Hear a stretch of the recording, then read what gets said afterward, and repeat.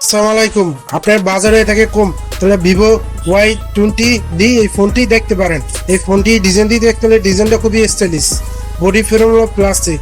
এই ফোনটি থিকনেস হলো 8.39 মিটার, ওয়েট হলো 209 গ্রাম। এই ফোনটি খুবই ভারী, একাতে নিয়ে খুবই ভারী মনে হবে। এই ফোনটির সাথে পেয়ে যাচ্ছেন IP68।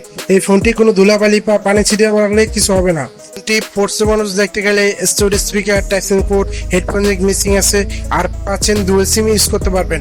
উপরে পাচ্ছেন second hand noise cancellation mat, আর ডাইন সাইডে পাচ্ছেন ফিঙ্গারপ্রিন্ট স্ক্যানার।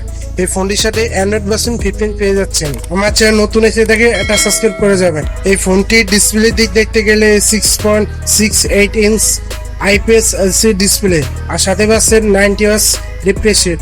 এই ফোনটি চিন অ্যান্ড বেজেল দেখতে গেলে চিন থেকে আছে, বেজেল তো খুবই মোটা, আর একটু কম রাখলে খুবই ভালো হতো। এই ফোনটির ডিসপ্লে খুবই ভিভিড, খুবই পাঞ্চি কালার দিতে পারে, কিন্তু এখানে একটা লেক্সাস আছে, এখানে একটা অ্যামোলেড ডিসপ্লে দিয়ে দিলে খুবই ভালো হতো।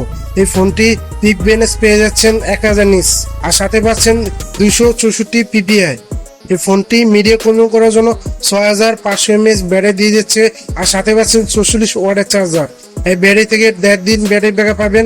এই চার্জার থেকে দ্রুত চার্জ উঠাতে পারবেন। এই ফোনটি মার্কেট প্রাইস হলো 18,990 টাকা। এই প্রাইসে 128 ভেরিয়েন্ট পেয়ে যাচ্ছেন। এই প্রসেসর দিয়ে দেখতে গেলে ইউনিভার্সিটি 7225 12 nm প্রসেসর। এই প্রসেসর থেকে পাবজি বা 2D গেমস মোটামুটি লেভেলের গেমিং করতে পারবেন। এই ফোনটির সাথে একটা সুবিধা পাচ্ছেন, 50 মেগাপিক্সেল মেন ক্যামেরা প্রোফাইলে ভালো ছবি দিতে পারে। মেন ক্যামেরা ভিডিও রেকর্ড করতে পারবেন 1000p 30fps। 5 megapixel selfie camera video record করতে পারবেন 1000p 30fps। আমার ভিডিও ভালো একটা লাইক করে যাবেন।